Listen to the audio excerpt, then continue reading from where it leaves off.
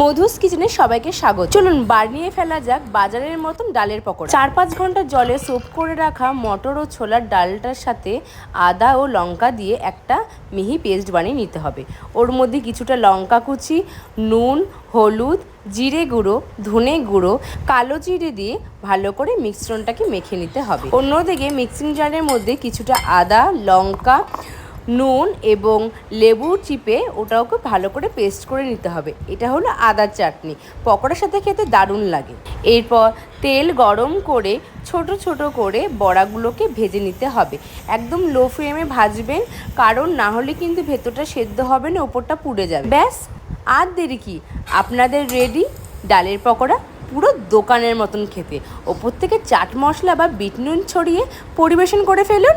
আর এই রেসিপিটা আপনাদের কেমন লেগেছে জানাতে কিন্তু ভুলবেন না। ততদিন সুস্থ থাকবেন, ভালো থাকবেন, মজাদার রান্না করে খেতে থাকবেন। টাটা।